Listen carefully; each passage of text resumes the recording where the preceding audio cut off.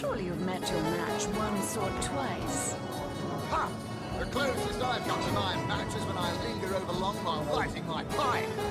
Oh, careful now. Your head's growing more swollen than saffron's, I dare say.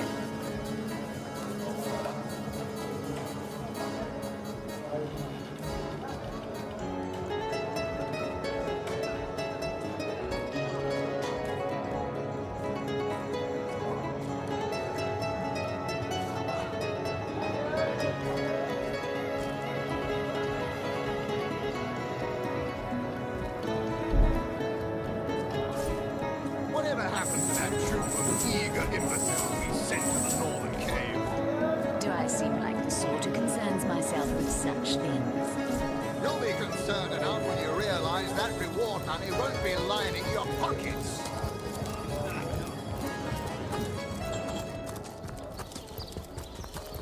No better solution to the zombie problem than a set of silver arrows.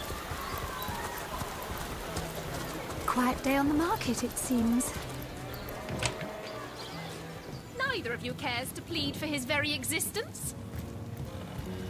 But if one were to reduce the Oh, a source hunter. No matter.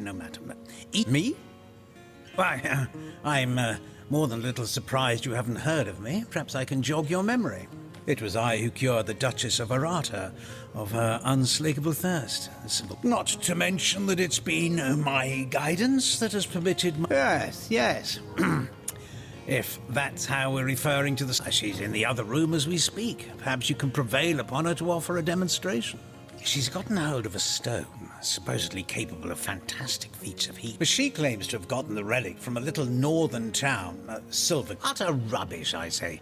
But with these blasted undead haunting the travel routes, I can hardly march up to Silver Glen to learn the truth myself. Well, she certainly possesses a critical eye, and I expect she'll be a very successful healer.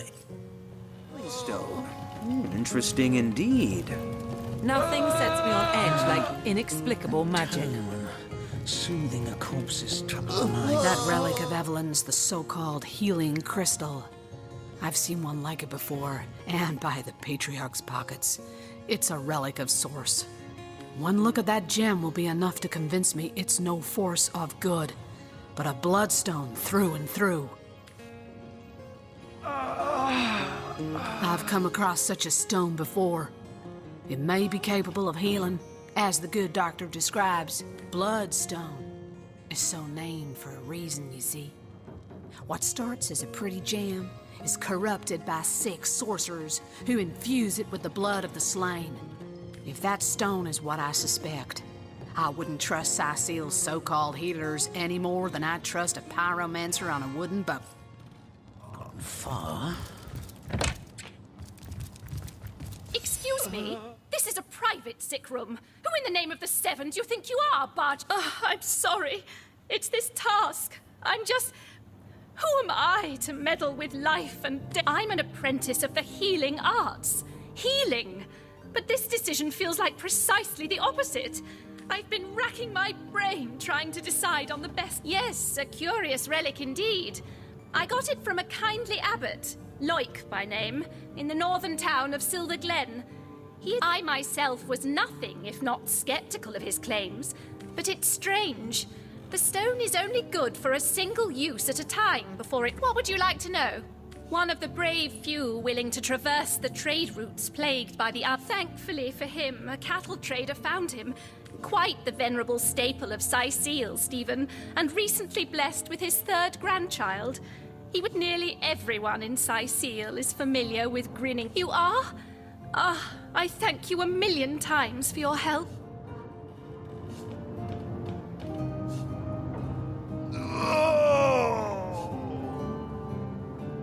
Yes, Boris deserves to experience all the pleasures of life that Stephen has already enjoyed. Boris it is? Yes, I'll deliver... Thank the Seven. No, this is highly abnormal. What is this? This lightning? I feel no pressure in bidding you farewell, friend. Bah! Thank you eternally for your help. Though that strange reaction you caused, blue lightning from a healing stone, I've never seen anything like it. And I've been studying under Theliron for some time now, but that task, I've a passion for this work, you see. A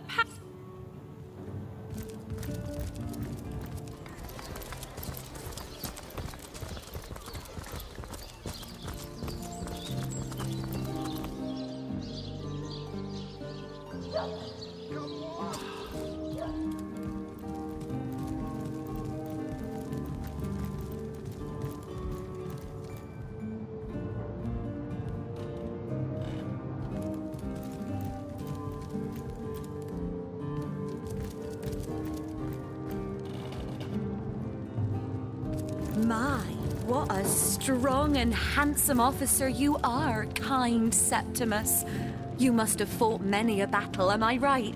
In fact, I bet you're a real war hero. Lord...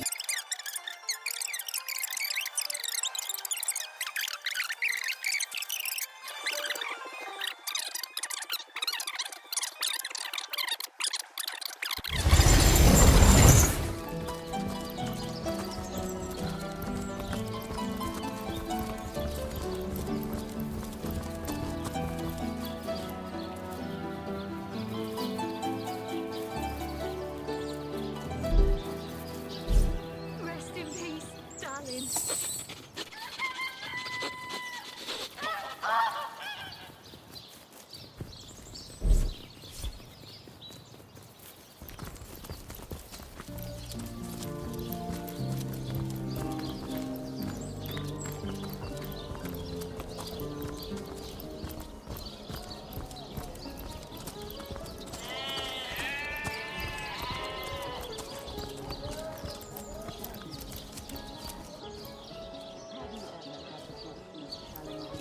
Dear me. Oh, how the coast reminds me of my long-term youth.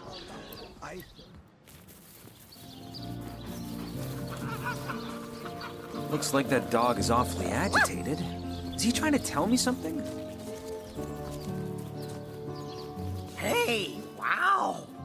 I was wondering where that awesome sweaty boot smell was coming from. And here you are. Wow! I'm Murphy, Jake's dog. Wow, you smell great. Have you been rolling around on dead things all day?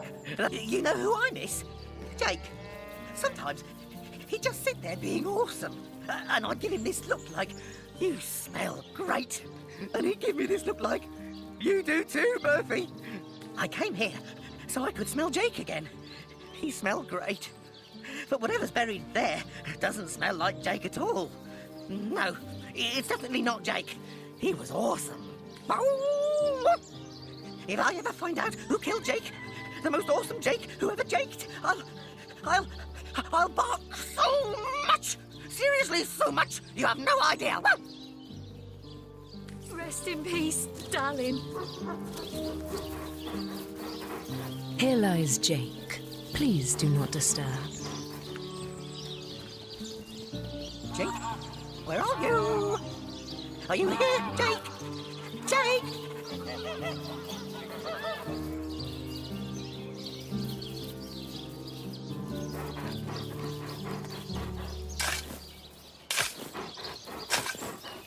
May the seven keep you. Jake, That's where are a you? sheep. Where's Are Jake's you corpse? here, Jake? Jake!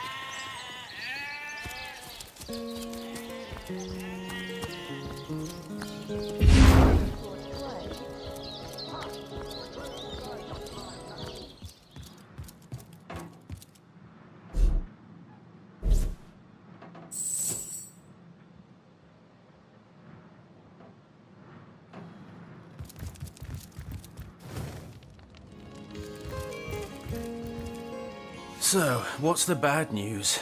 More orcs rampaging? Sad story, that. I just concern myself with giving a sheep? That's a whole heap of nonsense. Don't bother me with such wild tales.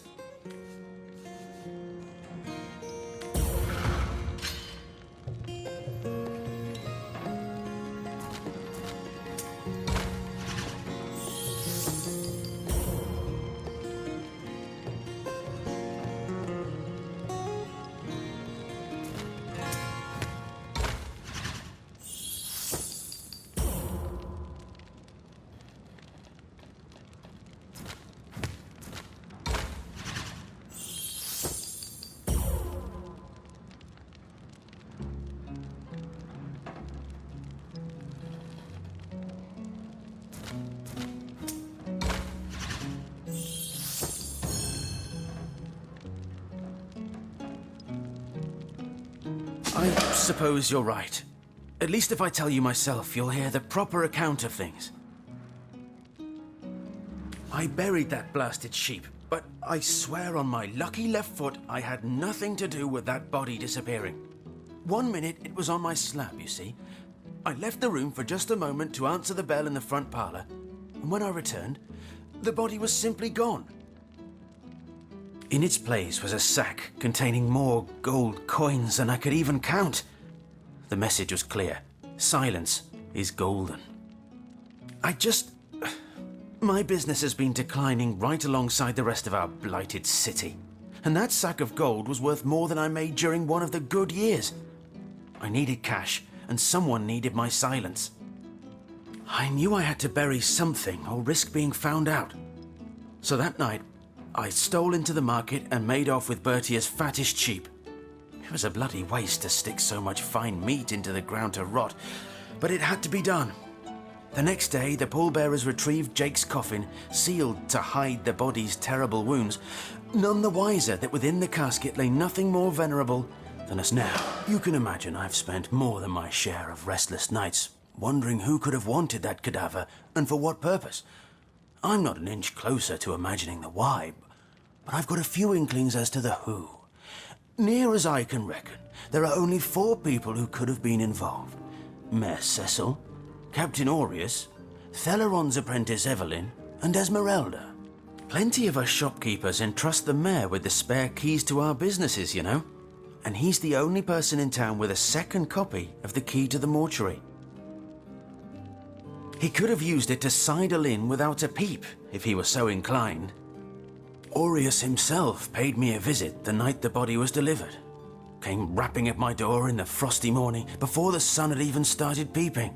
And can't see why he'd bothered to go through all that trouble, unless he knew something the rest of us don't.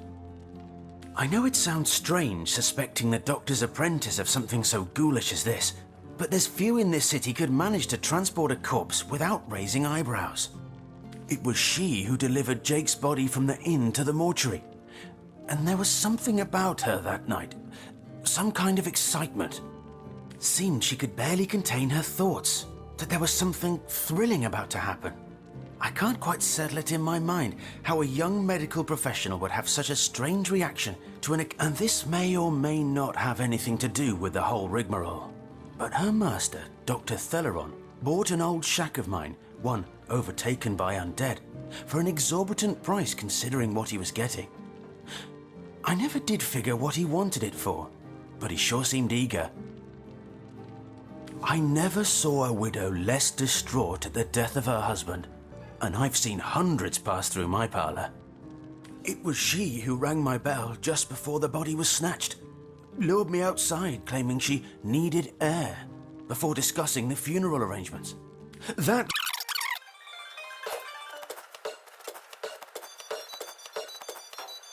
for a moment, and she sure as hell won't starve over it. So, what's the bad news? More orc?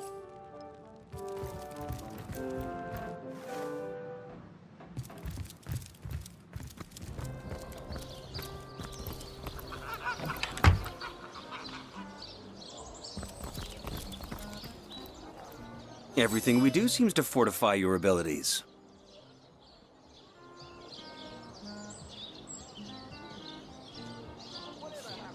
I suppose your example has inspired me to reach heights I never before envisioned. That inspiration hardly flows one way, my friend.